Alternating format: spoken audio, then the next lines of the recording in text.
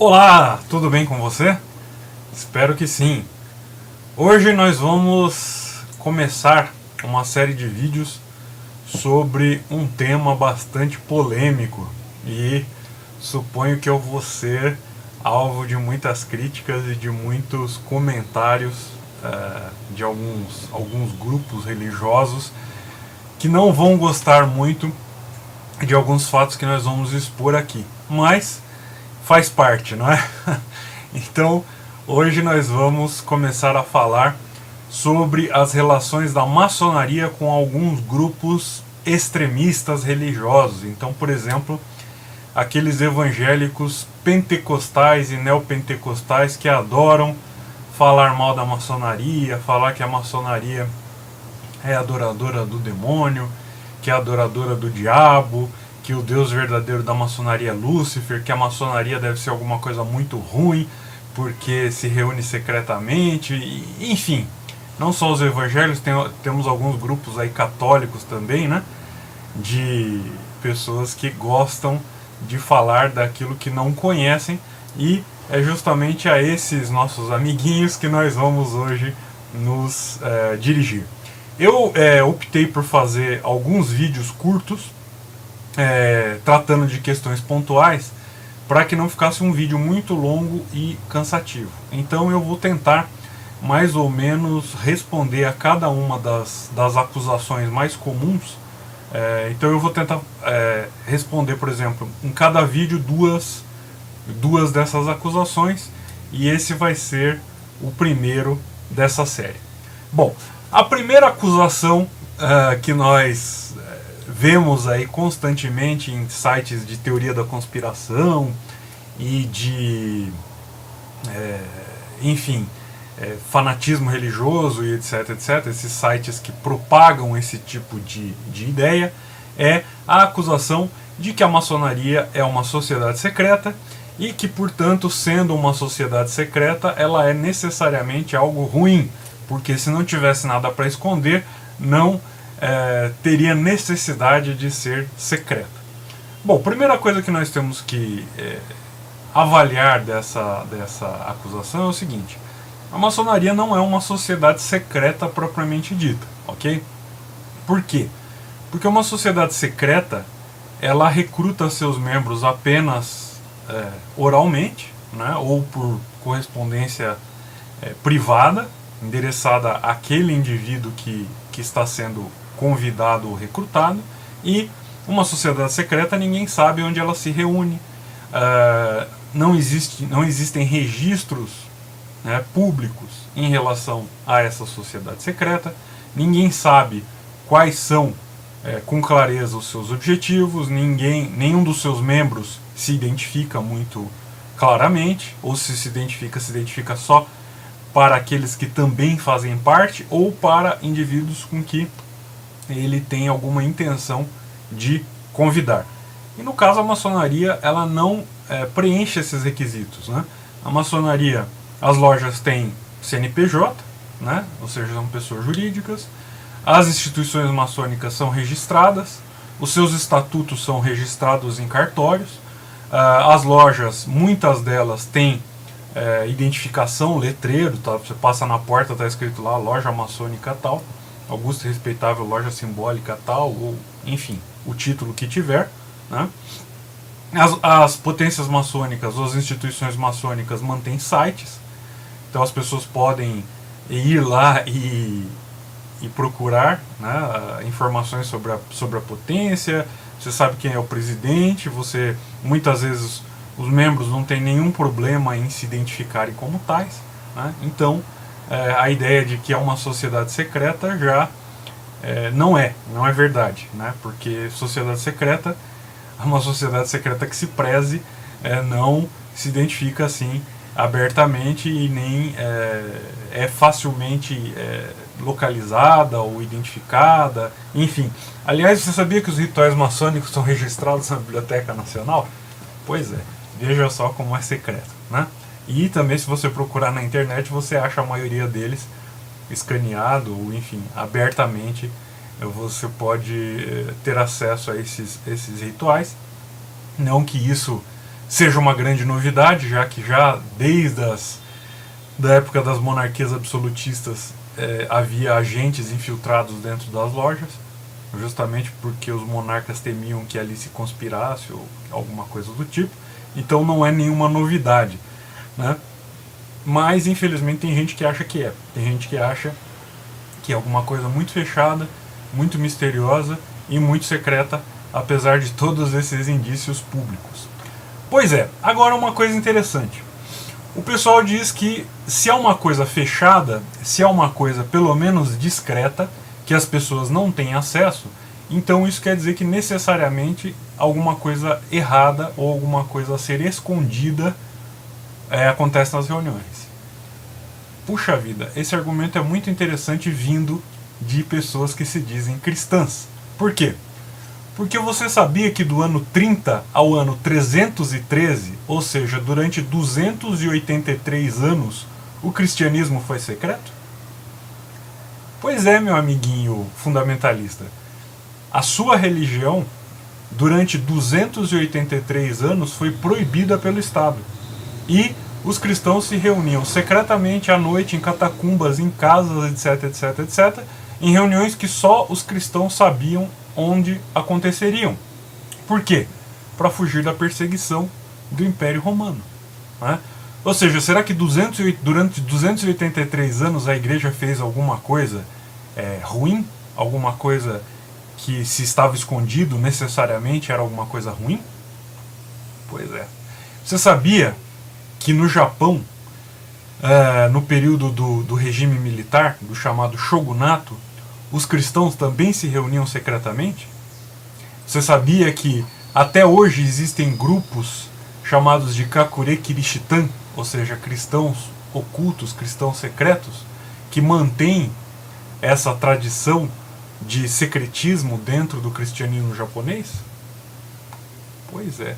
As reuniões eram clandestinas, tanto em Roma, né, antes da liberação, da legalização do cristianismo no ano 313, quanto eram também clandestinas nos estados em que o cristianismo era perseguido, né? E você sabia que até hoje, na China comunista, as igrejas que não são diretamente controladas pelo Estado, elas têm que se reunir secretamente? Você sabia que a Igreja Católica Romana, por exemplo, ela não é reconhecida como uma igreja oficial dentro da China comunista e que, portanto, eles são proibidos de se reunirem e se reúnem secretamente? Será que fazem isso porque estão escondendo alguma coisa? Será que essa ocultação voluntária quer dizer que alguma coisa de muito ruim acontece lá dentro? Então, se você acha que não, que muito provavelmente eles fazem isso para se proteger, então pense muito bem antes de acusar os maçons de fazer alguma coisa errada necessariamente, porque se reúnem sigilosamente. Na verdade nem é sigilosamente, simplesmente as reuniões são restritas aos membros e os não membros não podem assistir, né? É simplesmente isso. Agora, a pergunta aqui é: mas por que os não membros não podem assistir? Simples. Você convida pessoas de fora da sua família para assistir reuniões que tratam de assuntos da sua família? Você convida qualquer um para discutir finanças da sua casa? Você convida qualquer um para, quando você tem alguma questão em familiar, você convida pessoas de fora da família para assistir essas reuniões? Eu posso bater aí na porta da sua casa e dizer: escuta, vocês têm uma reunião de família hoje? Eu quero assistir, porque se vocês não me deixam assistir é porque necessariamente alguma coisa errada vocês estão fazendo, né? Você convida pessoas quando você discute questões da sua empresa, por exemplo? Você convida pessoas externas a essa empresa para discutir nas reuniões da empresa? Para opinar nas reuniões da empresa? Acho que não, né? Então, da mesma forma, os maçons se reúnem de forma que só as pessoas diretamente interessadas estejam presentes, né? Aliás, você sabe, você já participou das reuniões do clero da sua paróquia? O bispo convidou você, né? Quando o bispo diocesano convoca os padres para fazer reuniões, ele convida os fiéis? Então será que eles estão fazendo alguma coisa errada? Né? Então, pense bem antes de fazer esse tipo de acusação.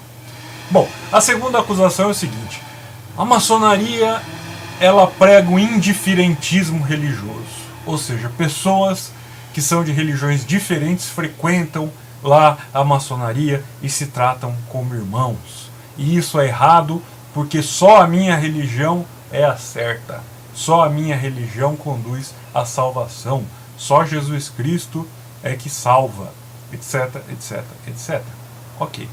Me diga uma coisa, no seu clube, lá onde você pratica esportes, onde você se reúne com seus amigos, etc, etc, as pessoas que são de uma religião diferente da sua são barradas? Não. Por quê?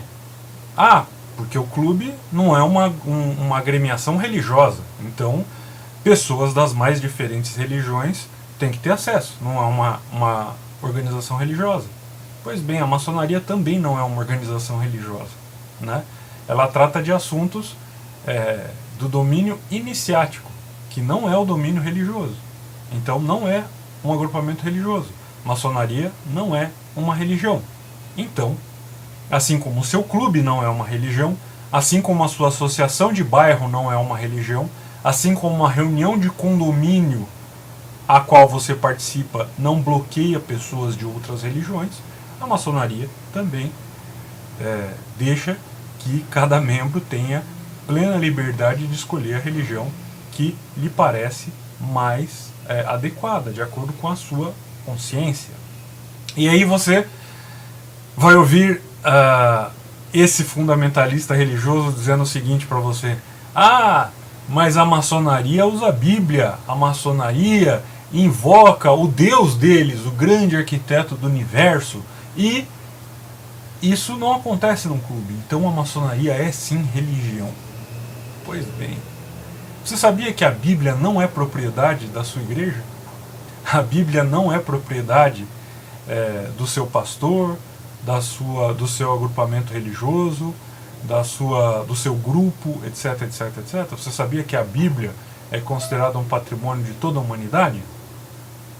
Pois é, se é um patrimônio de toda a humanidade, cada pessoa tem o direito de lê-la e de utilizá-la da forma com a qual a sua consciência dita. Né? Então, nós a utilizamos com todo respeito, como pessoas civilizadas devem utilizar, né? E além de utilizarmos com respeito, utilizamos de acordo com a consciência de cada maçom. Da mesma forma, livros de outras religiões, como o Alcorão, como o Veda, como os sutras budistas, enfim, como qualquer outro livro considerado sagrado por um membro, é utilizado no sentido de que ele tome um compromisso de fidelidade em relação aos princípios maçônicos, né, através de algo que o vincule com aquilo que ele considera mais sagrado. Ou seja, não é só a Bíblia que é utilizada. Outros livros sagrados também são utilizados porque dizem respeito às pessoas que estão na maçonaria e não à maçonaria em si, não é mesmo? Então,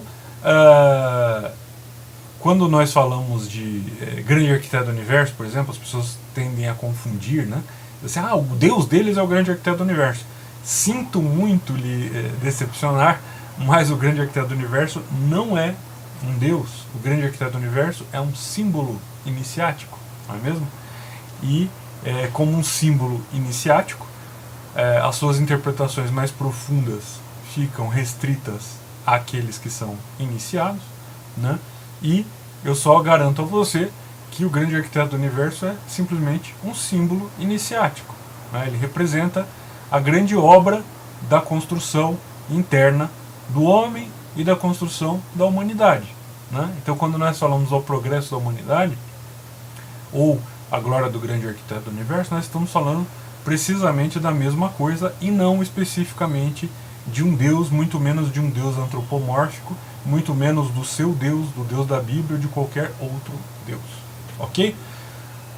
Uma outra coisa que esses grupos constantemente pregam, né, e aí nós vemos alguns grupos católicos ditos sede-vacantistas ou católicos, enfim, de viés mais tradicionalista, dizendo que são contra o liberalismo, não o liberalismo econômico, okay? O liberalismo no sentido de que eles chamam de isso é indiferentismo religioso. Nós não podemos dizer que todas as religiões são iguais, porque a religião católica é superior a todas, porque a verdade não pode se confundir com o erro, porque as outras religiões são idólatras, etc. E que os benefícios dados pelos governantes à minha religião não podem ser os mesmos benefícios dados a outras religiões.